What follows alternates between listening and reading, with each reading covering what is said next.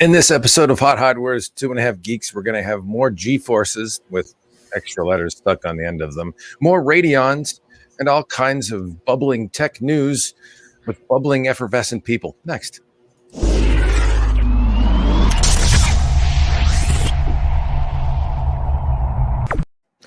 Welcome back to yet another fine episode of Hot Hardware's 2.5 Geeks live stream cast pod thing. Good to see you, Dave Altavilla here. We're bubbly and effervescent today, Marco. Just so you know, are you feeling effervescent? Oh yeah, I'm sure I'm putting out that vibe today. Little Schweppes going on, little Schweppes. Yes.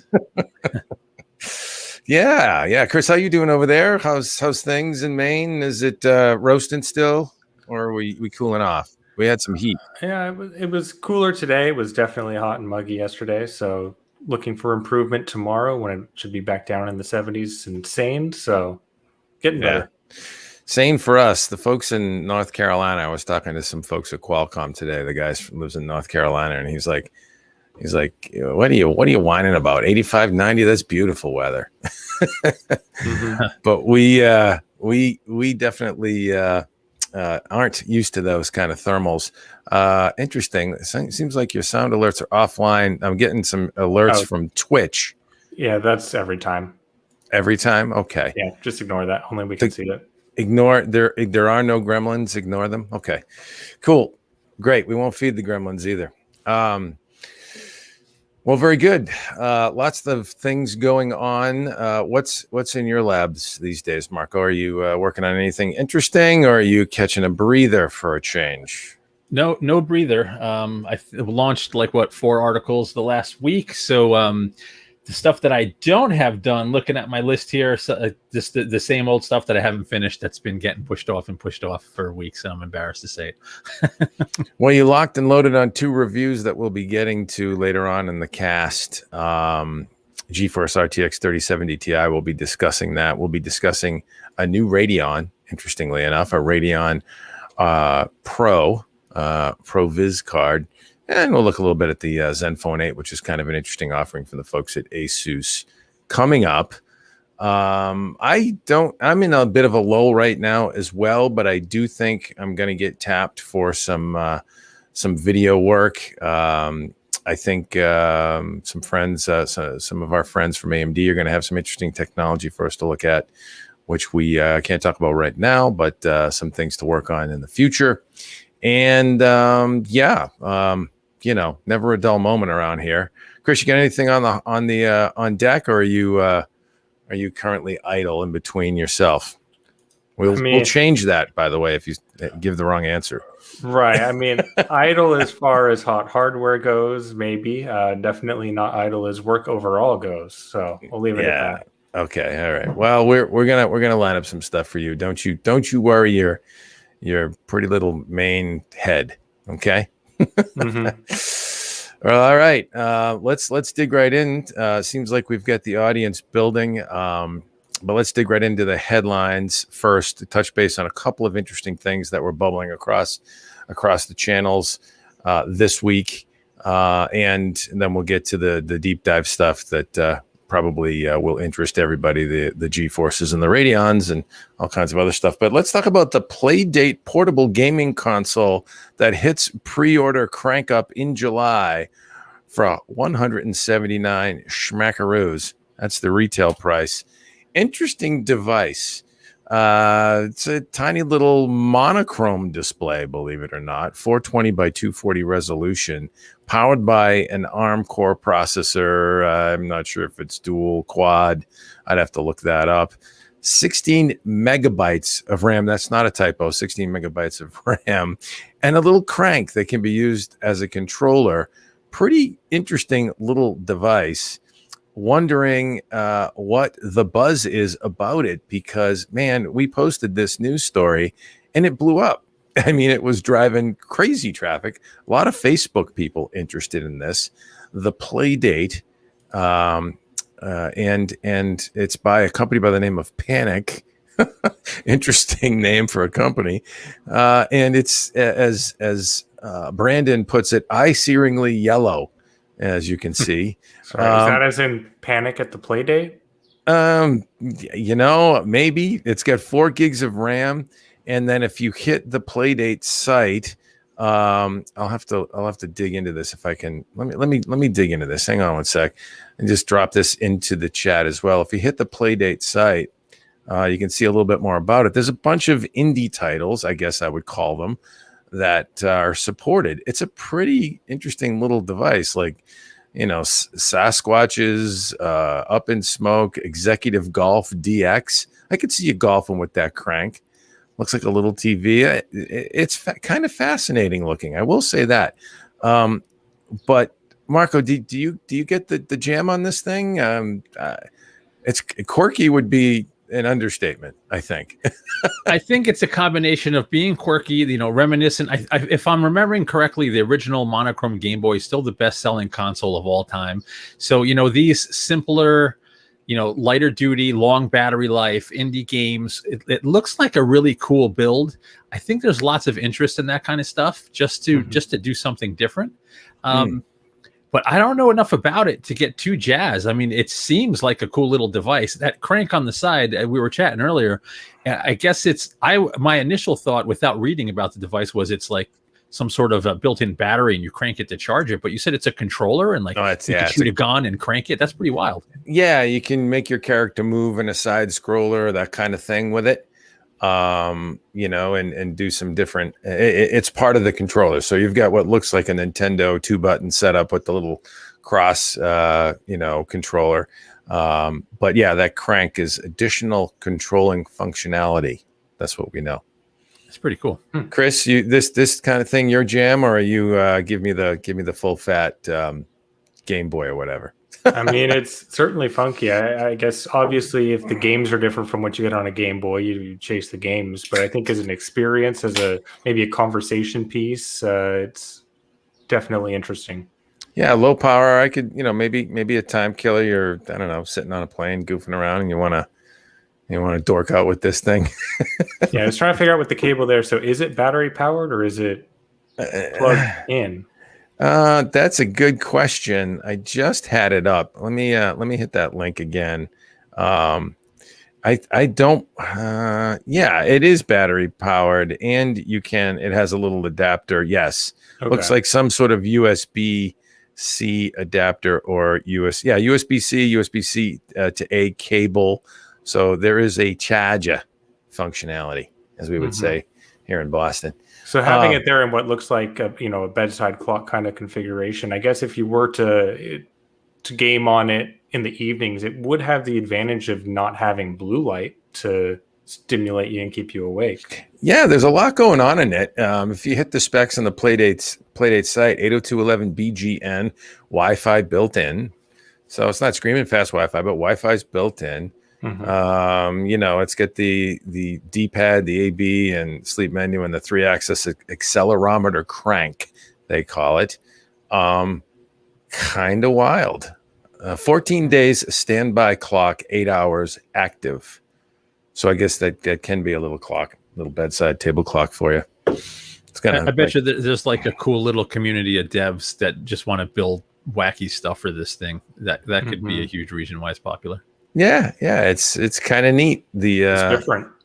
The Panic Playdate with the crank. Check that out. HotHardware.com. I dropped a link in the chat, and interesting stuff. The other thing that jumped out in the land of consoles was this fella finally announced, but its pricing may thwart a few gamers. The Atari VCS game console finally launches June 15th. That'd be next week, right? Yes. And with eye-popping price tag is what we said, $399, which is kind of for a retro game console. I mean, let's face it, this thing's not going toe-to-toe with a PS5. Looks like the Onyx base system is $299. No, wait a minute. Hang on one second. Let me make sure I'm getting this right. Yeah. And then, unfortunately, the bundle will set you back $399 with the controller and classic joystick. So, yeah, $399 for the full tilt with that traditional style controller versus the joystick. I'm not that familiar with the list of games promised for this thing. I think the Atari classics are in there, but what else? It's powered by an AMD Zen 2 and RDNA 2 combination CPU GPU, but 512 gig PCI Express SSD. Interesting. What are your thoughts? It's kind of like a little PC that does some retro gaming. I don't know what else we got coming for titles for that thing though. So I mean, they've been shipping to Kickstarters for a while, and I've been jonesing for one of these things. Really? I did not participate in the Kickstarter. It's essentially a low power Radeon PC. It's got two M.2 slots inside. Guys are hacking the heck out of it already. It comes with a bunch of the old classic Atari titles. Right. Plus it's essentially a little x86 machine, so you have a bunch of apps for streaming and all that kind of stuff. I am totally jonesing for it, but there is no way I'm dropping 400 beans on it. Right. Yeah. But it's what, 1/20th the size of a PS5? Something like that. Yeah. I wanna let me look this up. Atari VCS games list. Let me see if that comes up quick. There's a lot. There's like a few different bundles, so you're gonna find a whole bunch. But there's a whole bunch of classic titles on there. Yeah. I guess it's all classic stuff, but nothing modern. I had thought they had promised some modern games as well. They are. I'm not sure what they are, and I have not been on top of the newer releases, if any there are. For now, I think it's been mostly about the retro attraction. Yeah, and actually, I think for the new content, they're talking about indie developers.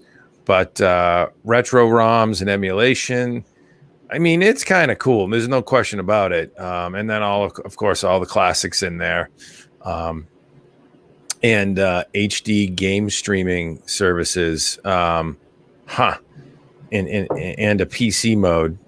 So yeah, I mean, kind of interesting, kind of pricey. We'll see how it sells. I think there might be some discounts due for that, though, right? Yeah, I think if you hold off just a little bit, you'll probably score one cheaper than MSRP. Just a guess. All right. So the Atari VCS, you should be able to order that next week. And hey, it's not like GeForces and Radeons. You can actually probably buy and acquire it. That's the guess. Hopefully, we'll see. Something came up that was interesting today that we are now calling Windows 11. Windows 11 is coming. So what's new? What new features would you like to see Microsoft deliver? That was the headline of our story. There is something big new coming in the land of Windows for Microsoft. I think the Windows 11 is more of a press coining of the OS. Lots of rumors in terms of updated and upgraded schedulers and like real under the hood kind of enhancements and a major lift in terms of UI as well. What would you want, Marco, in this OS? And do you think we can really call it Windows 11 when it comes, whatever it is? Yeah, I'm not sure what the branding is going to be, because the last messaging Microsoft did, they said Windows 10 was going to be the last edition of Windows and they'll be updating it.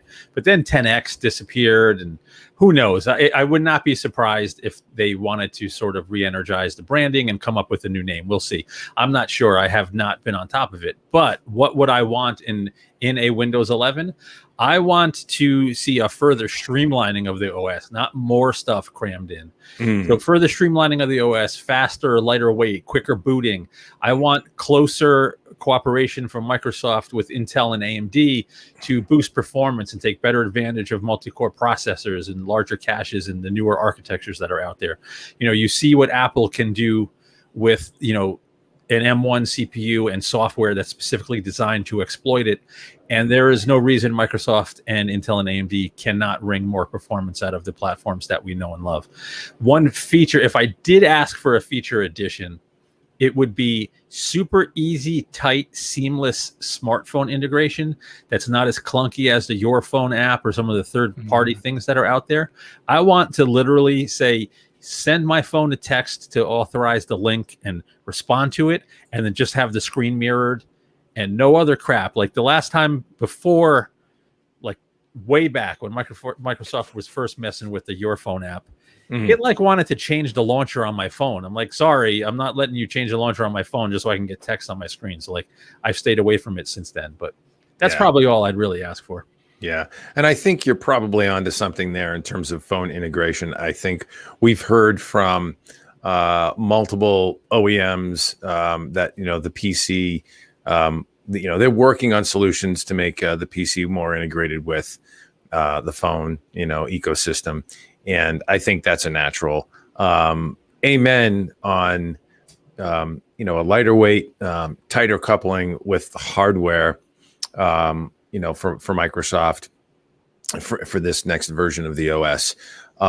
What we've seen with Apple and M1 and what they do with Mac OS in terms of caching, all of that could be done so much more efficiently than it's done currently, and just a better utilization of resources. That's what I'm hoping for as well. This thing should be able to compete. X86 processors and all the horsepower going on there should be able to compete handily with what Apple's crafting in a Mac. But I just think the OS, coupling with the OS is just less efficient than what Apple's doing. Chris, what are your thoughts? Yeah, I mean, I think my request would be pretty similar to Marco's in that I want just general sharing of files to be easier between even PCs, not just the smartphone, which obviously would be a huge help, but just taking files from one PC to another without having to route it through a NAS or set up complicated sharing groups, better detection across the local area network, with permissions on both sides and security mindset and all of that, but really make that easier. Would be huge. I've been messing with the little utility mouse without borders that lets you run two systems side by side with one keyboard and mouse and two monitors as if they were the same computer. You can just drag things. I mean, not programs that are running, obviously, but you can take files from one to the other, unify the clipboard and all of that. That's really, really handy when you're testing systems. Huh. Yeah, that's another one that should be integrated. It could easily be integrated. Interesting question from John Yutzi. Am I saying that right? Hopefully. Hello, Marco and colleagues. Do you believe every other theory of Microsoft OS is, i.e., wait for Windows 12 or whatever? I think back in the day you could say that. I think the way the ship's running these days, I personally don't think that's going to be a wise choice. It's hard to say, but Marco, what are your thoughts on that? Since he asked you, I definitely don't buy into that. Like, we've been around a long time. There was a stretch where everybody loved Windows 2000. There was a stretch where everybody loved Windows XP, didn't want to give it up. There's still people holding on to Windows 7 because they love it so much. I personally think Windows 10 is the best OS Microsoft has made. So no, I definitely don't subscribe to that. If you want to be on the bleeding edge, of course, there might be some quirks here and there to contend with. But if you want, the latest features and, all of the to exploit all the latest hardware, being on the latest version of Windows is perfectly fine. Yeah. I think Microsoft's model has certainly changed in that regard, because you're not just getting, okay, here's your OS and that's what it is for 4 years. You are getting those regular quarterly updates or semi-annual updates that are adding the features, and they're getting better about squashing some of the compatibility issues and performance issues. They introduced some others, but I think it's just a different model than it used to be. Totally agreed on the model. I was thinking that. And excuse me, earlier there, I was trying to stretch my neck. I got a little kink in my neck. It happens when you get older. The model, you mentioned the model. I think you're right. I think that the business model for Microsoft's OS, business unit is very different than it used to be. And it used to be that they made a whole lot of dough on subscriptions, or not subscriptions, but licensing. But now it's more subscription based. It's more about the platform enablement, the generally platform services that they, bundle in, that they, leverage with the OS. That's the money for them. And they have to be that way. I mean, when you look at, the way their competitors are running for operating systems these days, they have to run that way as well. I think you'll see more of that. I think it's about, you'll see licensing, sure, as it goes with OEM system builds and bundled builds with the major OEMs. But yeah, I think folks that are on Windows 10 are going to get whatever they're going to get upgraded to the next platform for free. I would think theoretically that's probably going to happen again. It's about the platform enablement story that goes with it. Right. I'd also wager that they lose less money through R&D or whatever. The R&D costs aren't as high as the licensing that they're losing out on by just supporting one current OS versus trying to keep all these past operating systems alive and kicking long enough because people aren't willing to fork out the licensing costs to upgrade their OS, barring other, Vista type concerns. Yes, and dropping this one in, Intel Alder Lake desktop CPUs could launch with next-gen Windows 11 OS in October. That was the headline that we launched, and that would make sense in terms of an optimized scheduler. Some of the rumors we've been hearing about the optimized scheduler for this next-generation Windows platform, because obviously Intel's going to have some different sort of scheduling requirements with big and little cores. With Alder Lake's, hybrid architecture.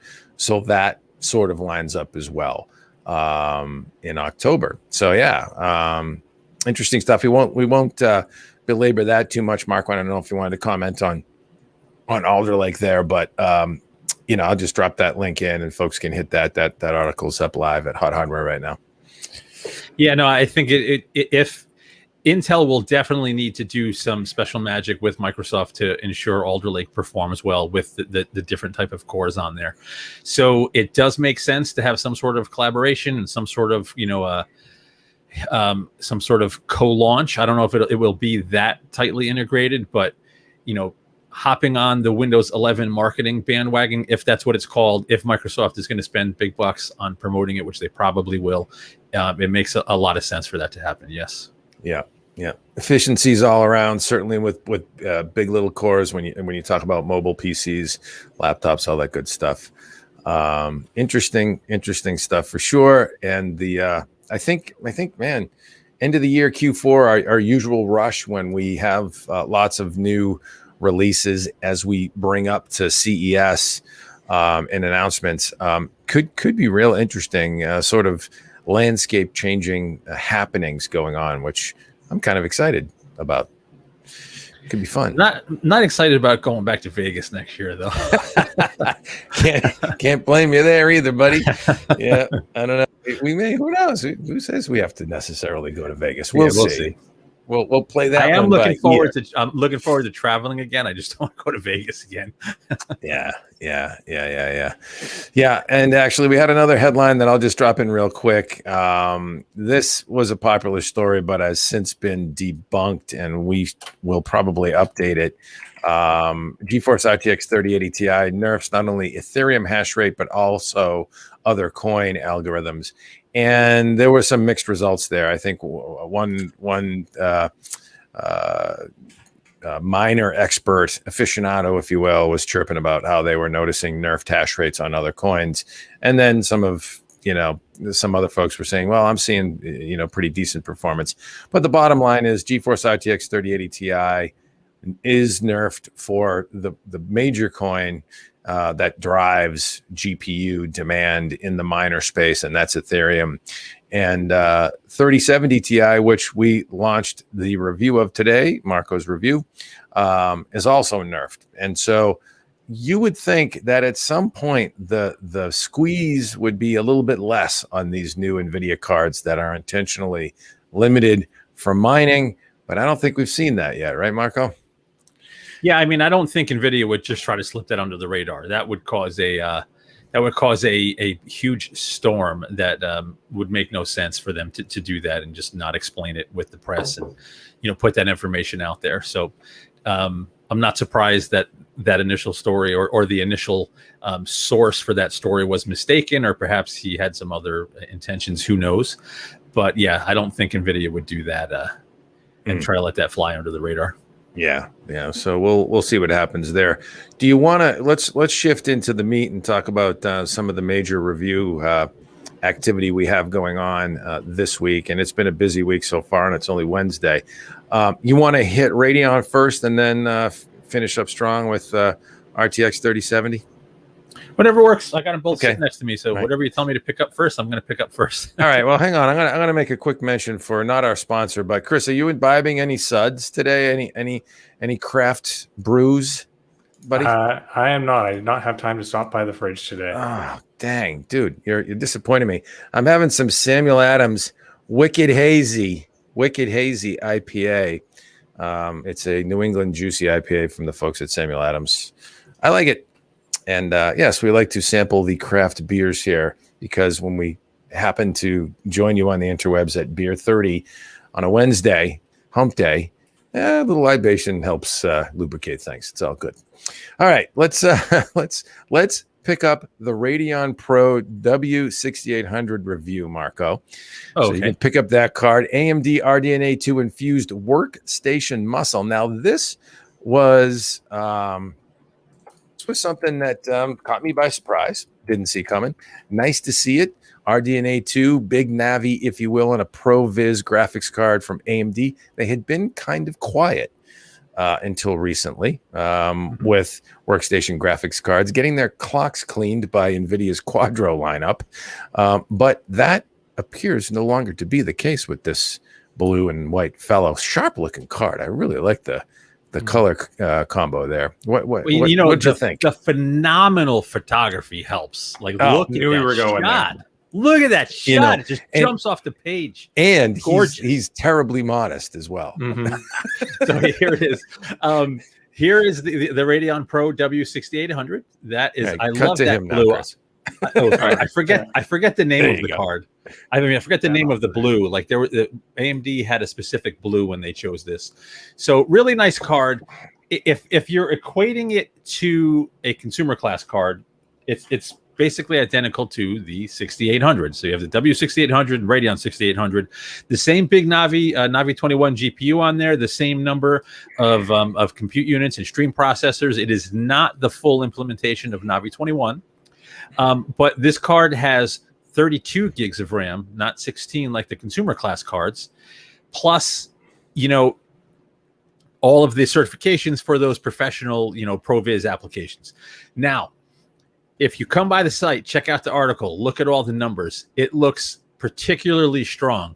However, I mentioned it throughout the article in a few spots. I don't have the latest Quadros on hand. I had the latest Radeon Pros the last couple of gens. I only had up to a Quadro RTX 4000. So versus the previous gen Radeons and the Quadro RTX 4000, this thing's an absolute beast. It's basically swept all the Radeons across the board by large numbers, and it almost swept the RTX 4000, save for the Blackmagic raw 8K video processing and one of the Spec ViewPerf 2020 tests. So exceptionally strong performance versus the previous gen. It is a high-performing card, no doubt. It's the AMD's latest architecture is very well suited to this space. Plus, you have the benefits of new features like ray tracing. The Infinity Cache seems to really help many of these apps. There's another feature that I couldn't test, but AMD was touting in the briefings, where the viewports in apps like Autodesk Revit, and I forget the name of the other app from Epic, but whatever, it speeds it, lower latency inside the viewport, so the app feels faster. Now we have Ben asking, what about Quadro 8000? There's RTX 5000, and then there's the A series. They're not called Quadros anymore. NVIDIA just launched them with OEMs. I could not find them in stock anywhere. So I don't think they're shipping in huge quantities yet. I'm hoping that we get them because, assuming NVIDIA has something faster, they're going to want to show it. But as of today, the W6800 is a very strong card. It's quiet, it's high performance, it's leading edge feature set. AMD's Pro software is awesome. It's stable, it has tons of features, and there's really nothing to complain about overall throughout this whole piece. Pricing. Let's talk pricing. So pricing is actually pretty competitive. Let me just get the exact number right. I want to say $22.69, but I have to just jump to the last page. $22.49. I hit the last page. I got it for you. Gotcha. $22.49. You know what? Before we get to that, I should mention they actually launched 3 GPUs. There's the W6600 for mobile and desktop. We did not get those in yet. I think that's shipping in a few weeks. Those are 8 gigs. The desktop and mobile have the exact same specs. And I believe those are $649. Sorry, $649. Mm-hmm. Now for $22.49, the W6800 ends up being about $1,000 more than an RTX 4000, but a few hundred less than an RTX 5000, and it's much less expensive than the A series cards. So, I can't really say where it fits without testing those other cards. AMD provided some data, and it shows it competitive with RTX 5000. It's not going to hang with the top-end RTX and Quadro cards, but this also isn't the top-end Radeon Pro. This is not a 6800 XT. It's a 6800 level card. Right. So when AMD decides they want faster pro-level cards, they can go 6800 XT level and 6900 XT level. And don't forget, we had those those Goose 6900 show up as well. So they could get some serious horsepower out of one. Imagine one of these with 64 gigs and a 6900 XT class GPU on it.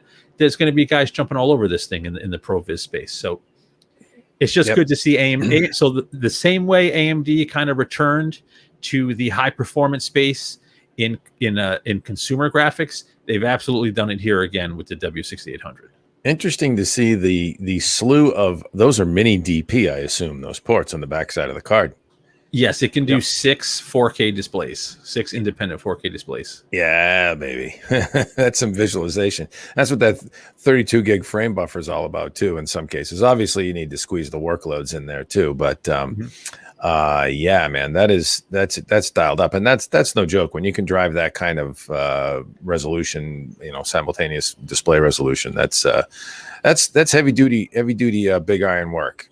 These are workstation class cards for folks that every bit of horsepower and oomph counts. It's time is money kind of thing, and some impressive numbers.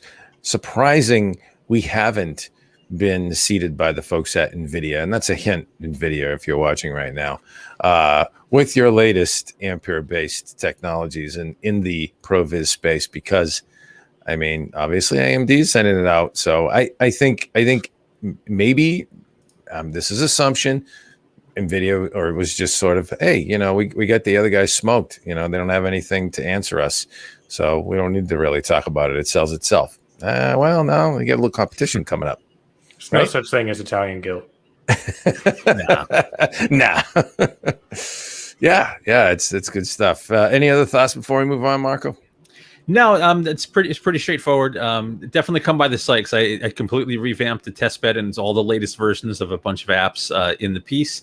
So we have image processing, cryptography benchmarks, rendering benchmarks, spec view perf, 8K video raw processing. So lots of good data in there. Hopefully people find it useful. And the last thing I'd like to say is, if AMD is listening, the $650 W6600 could kick much butt. So send one of those too, because that could be really interesting at that low price point.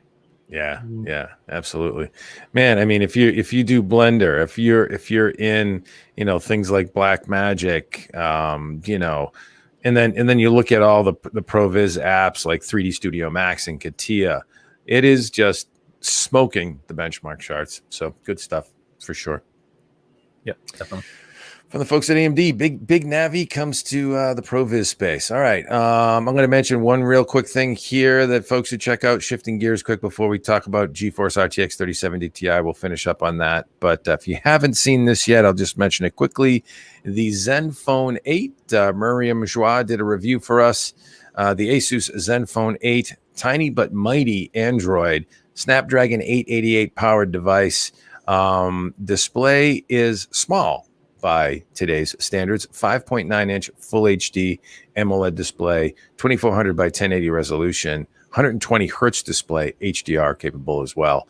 6, 8, 12, 16 gigs of LPDDR5 RAM, and 128 or 256 gigs of storage.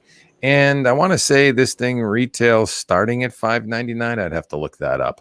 But a powerful phone with very respectable camera chops for less, and not necessarily, trying to push the size envelope of all these, 6.5-inch plus size phones that are on the market these days. Actually, yeah, $599 is the rumored price tag. ASUS is still settling that. I think that's where they need to drop in. But it's a competitor to, if you look at phones like the iPhone 12 mini, for example, really compact little device. Any thoughts before we move on, Marco? No, it's a little too small for me, but I love that you can get flagship performance at that price point with, high quality features. And really the only complaint Miriam had, I think, was that it didn't have wireless charging. And I never used wireless charging, so it wouldn't bother me none.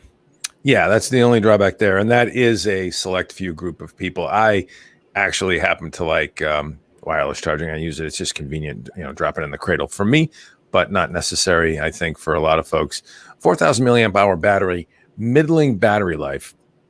But again, it depends on, how fast you rock that 120 hertz display as well. If you want to drop it down to 60 hertz, you're probably going to get some more battery life out of it. Anything there, Chris? This is actually kind of, you kind of like the smaller form factor phones, right? Or are you more of you're a battery life guy too, though?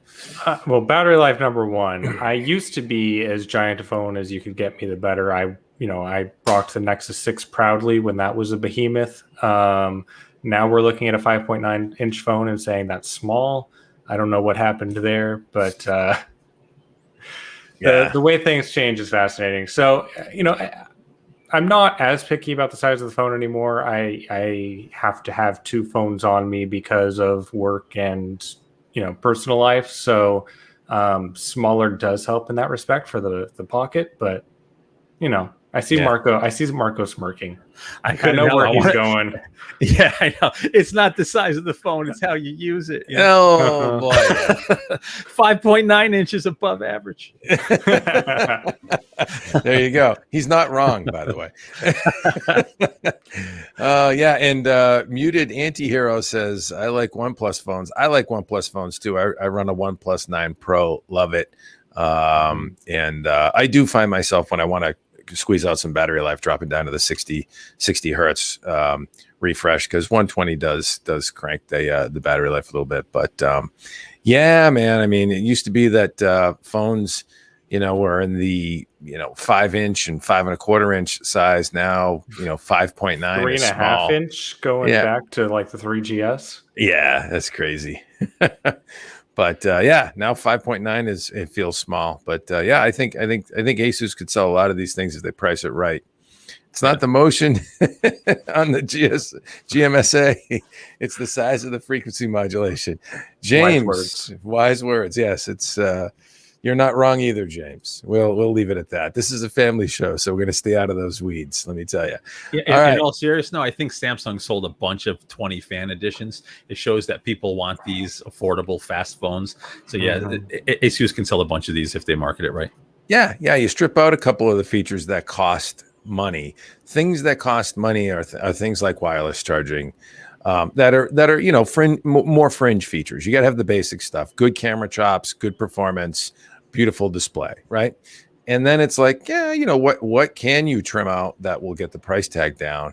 I think in some cases, for example, OnePlus skirted full IP68 certification in exchange for cost. That's getting borderline. People get freaky about that. But if you can splash it with water versus, I jumped in the pool with it, you're going to be fine. Right. A lot of times just skipping the certification, it may still be designed for it, but the certification process itself is expensive and you do pay for it to some extent. So yeah. It may still be fine. It's the gasketing on things like the SIM tray and that kind of stuff that you need. So at any rate, all right. Well, check that out. That's the ASUS Zenfone 8 live at HotHardware right now for its full deep dive review from Miriam Joie. And one single page. We decided to make one big page out of it. So you get everything from camera samples to performance benchmarks to commentary and battery life testing. So good stuff there from Miriam. Always good to have her in the mix with us. She is an absolute camera aficionado. I mean, she knows everything about every camera manufacturer that's ever existed since the beginning of time. And I don't know how that's her gig. That's all she does. So really good stuff. Anyways, all right, let's move on to the season finale, I guess, for this this podcast. Let's talk about the GeForce RTX 3070 Ti supercharged mid-range, gaming is what we called it. I'll drop the link in the chat. There it is.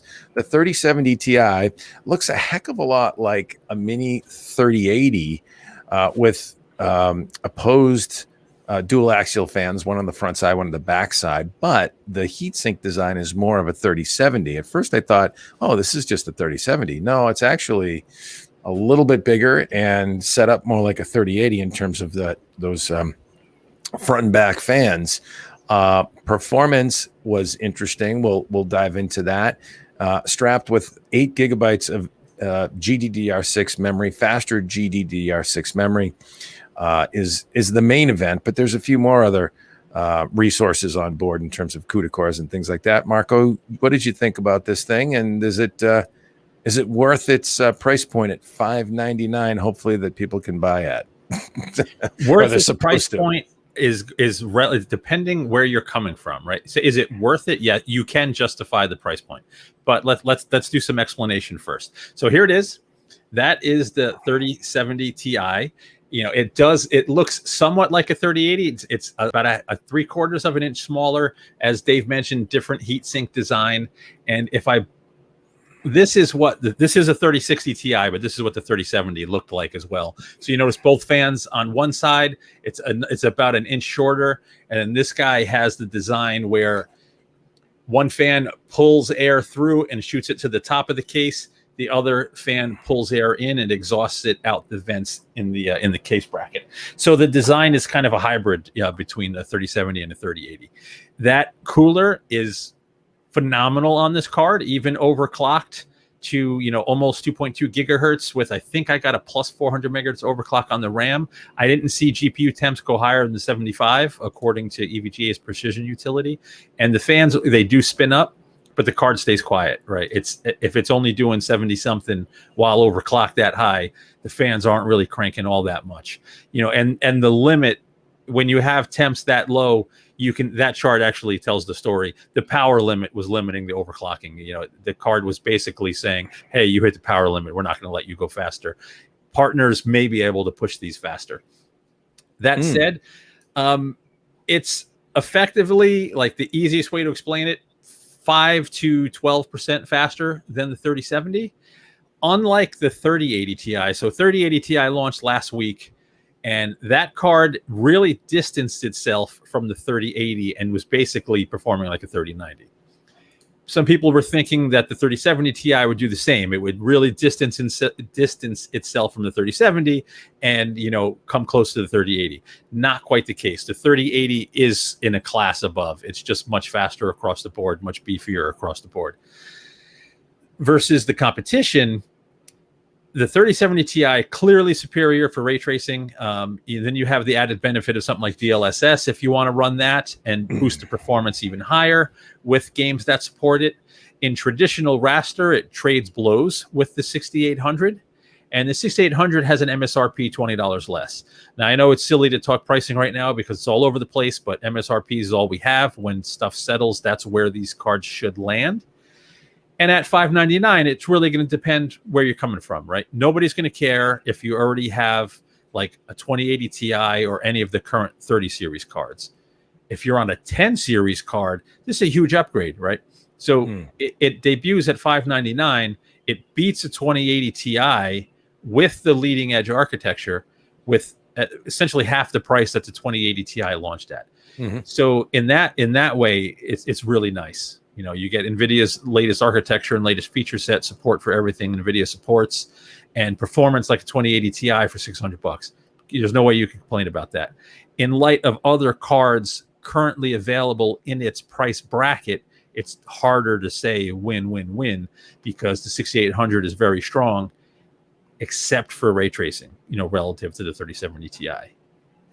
ray tracing and then apps that support, or games rather, that support DLSS. And I think that's an important feature that honestly I think it gets overlooked in the press these days. DLSS 2.0, in terms of, obviously the performance gain is still there, but I think the image quality has been dramatically improved versus when it first was introduced, such that you can flip that on and gain some serious performance in titles that support it. And it would elevate it past a 6800 in that case, almost for certain, depending on resolution you're gaming at, if it's 1440p or maybe 4K in some of the tests. So there's that. The other thing that catches me that's interesting about this, beyond ray tracing, which obviously it's much stronger than a 6800, that's the comparable card. 6800 supposed to retail. Radeon RX 6800 supposed to retail at $579, $599 for the 3070 Ti supposed to retail. That's all we can go by are these, MSRP for judgment purposes. But what impressed me, and what I'm wondering what partner cards are going to do, is that you were able to overclock that thing and pull another. Did I not see 10% from it in overclocking? That says they left some performance in the can. It was stable. It was artifact free, I assume. That's how you usually judge a successful overclock. And when you throw it in the graph with that red bar like that says it overclocked, it was stable, you didn't see artifacts. So that's a major lift. So where we say a 3070 Ti is roughly 10 to 12% faster than a standard 3070, you add another 10%, and now we're talking 20% faster, and faster than a 6800, which obviously you can overclock as well. But you did that with a Founders Edition card. As you mentioned, the power target seemed to be the limiter. Like the OEM cards could really bring some serious extra performance because it seems to be available.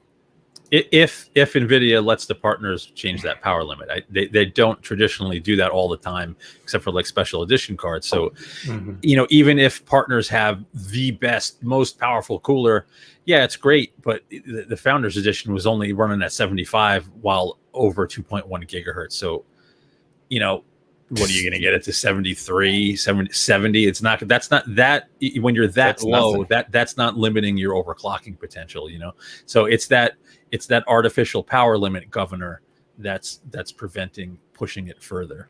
So I wouldn't be surprised if there's some mods or hacks or some partners do have higher overclocks. We'll see.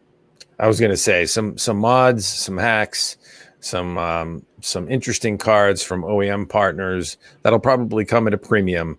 But clearly the cooling solution was not an issue in the way NVIDIA, designed the Founders Edition card, and the GPU could handle it. So it's like, there's opportunity there. Like, I don't know why didn't they give you, okay, so let's say it's, 10% faster than the standard 3070, 10 or 12%. Why didn't they give you 15 at least? Because it's there.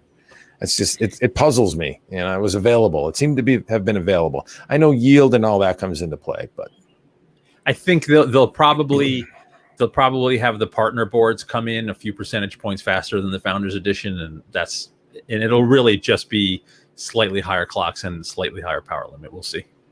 Yeah. Chris, is this your kind of price point, and where the firepower that you would require would want to be, or are you a little bit higher end? Yeah, I think if we were in a sane world, this would probably be the sweet spot.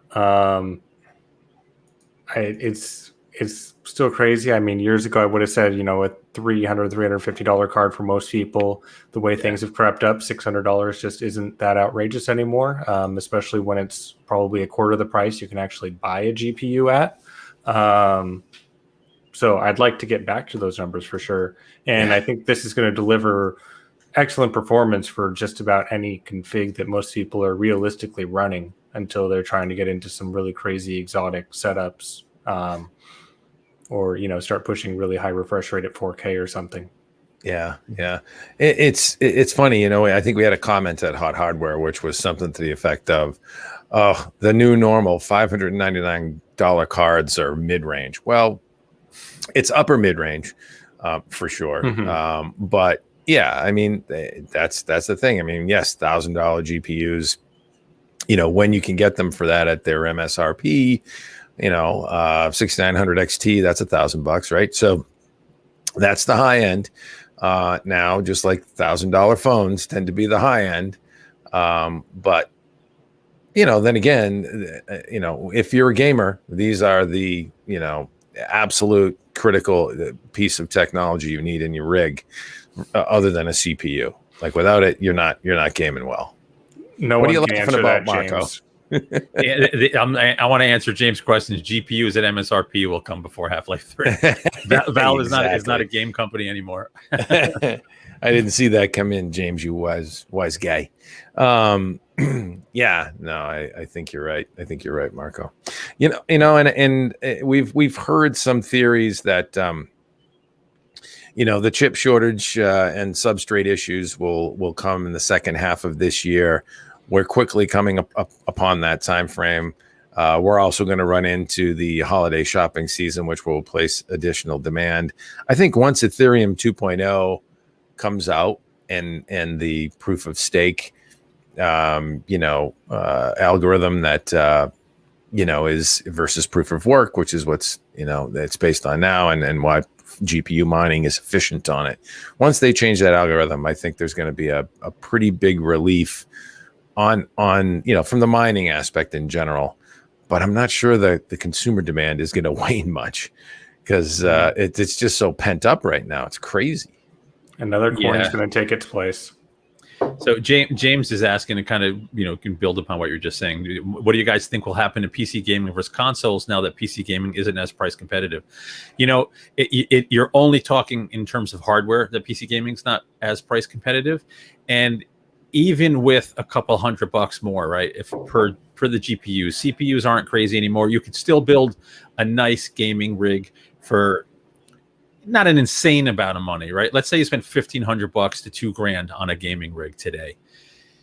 When you factor in the cost of games over the lifetime of a console, the PC is still way out in front. It's still way more affordable to game on PC. If you're not buying games on the day they're released, it's so much more affordable on PC versus buying console games. Console games for Xbox are like, $60, $70, and they stay there. They hardly ever get discounted. Where you can get bundles on the PC where you get like 4 awesome games for $20. So I don't think it's going to, I agree with Dave. I don't think demand's going to wane much. I think pricing is going to come back down to sane levels, if not MSRP, hopefully sooner rather than later. And the PC is still, in my opinion, I've said it for years, the premier gaming platform. So, and it'll stay that way for a long time. And hey, let's also remind folks that don't just because you can build a PC, and I know, and we agree, that's the joy of being into a PC enthusiast and gaming, a PC gaming enthusiast. But don't turn your nose at a pre-built that you can get in and upgrade and work with something from a Dell, certainly something from a Main Gear. If you want to go boutique and awesome, you're going to spend a little bit more of a premium there. But Dell and HP and Lenovo and all those guys, they're making quality pre-builts right now with all that hardware inside at slightly elevated pricing, but nothing like you see with the gouging that's going on from the scalpers and all that good stuff at the component level. Chris, I'm sorry, go ahead and jump in there. What? I was just going to say, it might be the best time ever to buy a boutique system, because if you're going to DIY it, you're going to be pretty close to those prices in a lot of cases anyway.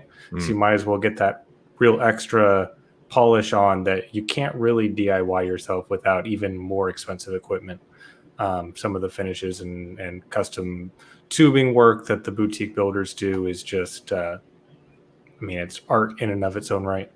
Yeah, absolutely. I have a Main Gear Vibe here next to me, AMD Ryzen 5900X and a GeForce RTX 3080 Ti just went in it. But absolutely love. It's more about the build quality. The Apex liquid cooling system is just awesome. I marvel at it. I drained it, a couple months back and refreshed the fluid. But I can get in there and tweak around with whatever I need to and get my geek on just like any other system. And it's just impeccable. You could eat off the inside. It's a beautiful machine. Good stuff for sure. What are you smiling about again, Marco? You always get that mischievous look, like I'm wondering what sickness is going through your brain now. I think we was said gonna say, earlier like, this is a family stream, but you're talking about how clean your rig is, and I'm like, between my dog and my PC being on the floor, you definitely can't eat out of my PC. Oh, shame on you! Shame on you. So I had a fan dying on this piece of crap Enermax cooler that's on here. So I pulled it apart a couple of weeks ago to swap the fan out, and thank God for the fan filters on this case. Oh yeah, the bottom was essentially carpeted. I was like, holy crap! It was so bad. It's amazing how important PC hygiene is. When I did do that drain, and I have a fairly clean system in an office that's, an office environment for me, here, that the dog doesn't get access to very often at all. And even when I drained it, after I think it was 2 years, I pulled the PSU filter as well, and it was like coated, and rinsed it out and let it dry, and all that good stuff. That goes a long way. A little ounce of prevention is worth a pound of cure, as they say, right? Or something like that. But now that you say it, you should get a ledge below those paintings over your shoulder and put a bed on there, and he can snooze during the cast. That'll bring in the views. So right here, like literally 2 arms length away, is where the dog sleeps all day. Like, she's attached to me all day. You got to get them on right camera. Yeah. Yogi would. If this camera tilts a couple degrees either way, you'll see the disaster around me, and I can't let that happen. James says you need an ice giant cooler. I don't know what an ice giant cooler is. That is a monstrous cooler that sounds it. It's not phase change. I don't want to say it's a heat pump Peltier cooler, but that might be it. But it's huge, like massive air cooler that will cool basically anything. Like massive, like half the top of a mid-tower chassis. Massive. Let me see if I can find this thing. Oh, you'll see it and go, wow. Look at that thing. That is redonkulous. Hang on, let me drop a link in the chat. There it is. Chris, I don't know. One. Yeah, look at that thing. That's huge. The Pro Siphon technology. Look at that. There we go. Is that the Ice Giant? No, that's not it. That's one of them. That's the Pro Siphon Elite. That's one of their brand of coolers, but the Ice Giant itself, I don't know. I'll have to check those guys out. They're getting some free airtime here. That's for sure. Well, I think that about wraps us, gentlemen. We should mention real quick that we just got through shipping out an amazing PC from the folks at Falcon Northwest to our winner of the AMD Falcon Northwest HotHardware giveaway, the AMD powered Destiny 2 Talon gaming PC. I'm going to drop a link in the chat right here. I don't know, Chris, if you can bring it up, but we'll just mention it. We just got through giving that away to a lucky winner by the name of Paul. Shipment has gone out, Paul. You will be enjoying this beautiful beast in the days ahead very soon. There it is. Custom paint job from the folks at Falcon Northwest, adorned with Destiny 2 artwork. Hunter and Warlock going on. AMD Ryzen 7 5800X 8-core, Radeon RX 6800 graphics, 2 terabyte Seagate Fire CUDA PCI Express Gen 4 NVMe SSD, ASUS ROG X570 crosshair motherboard. I mean, decked out. 32 gigs of DDR4. Beautiful cable mod cabling, as you can see there, Brady cabling. Thing looks like something, it's beautiful. It's out of a museum. And you just got through dropping it off at FedEx, right, Chris? Yep, it is on the way. So, Paul, you're going to be enjoying that. You better do some socials for us, buddy, and show folks your amazing rig. And stay tuned to HotHardware, because we'll be lining up another giveaway soon. We try and do them often. Tons of entries. This was our biggest one yet. 680,000 entries. Several thousand individuals participated, and that's the number of entries they generated. Point system for doing some likes and shares and all that good stuff, and following on the socials is how it works with the Gleam giveaway promotion system that we run, and it's pretty good stuff, man. Marco, any comments on that before we head out? No, man, I'm psyched. I hope Paul gets it in one piece, and that he really enjoys it, because it's a gorgeous machine. Yeah. And thank you again to Falcon Northwest and all the sponsors, because that thing is no joke. Yeah, AMD, Falcon Northwest, Bungie was in on it, that helped promote, and then EVGA, ASUS, they were all in on it. All the component folks helped make that thing happen. So good stuff. EVGA 750 watt, gold power supply, just a beautiful machine. And yeah, if you can't buy the components these days, we'll try and put together a rig to give you one. How's that? If we can do it. So, and with that, we'll close it off. Stop by hothardware.com, where you can find us on the web, where you can enter a giveaway when we load it up, coming in the weeks ahead very soon. Twitter.com/HotHardware, YouTube.com/HotHardwareVids, HotHardware Twitch is where you'll find us at Twitch, and we are growing an audience there. Stay tuned, by the way, coming up at 7:30 this evening, an hour from now. Go have dinner, then come back and check out Hot Hardware Twitch, and check out Val Rojas will be doing some game streaming this evening at 7:30 Eastern on Hot Hardware's Twitch channel. And she's fantastic. She's funny. She's bubbly and effervescent like us. But she's also really cool. And I think she might be doing some Destiny 2 tonight. I'm not sure. She likes to do some COD Warzone, but all kinds of fun with Val. So check that out. And until then, hit like and subscribe. And we'd appreciate that, so we can catch you on the next one. And we'll thank you so much for stopping by.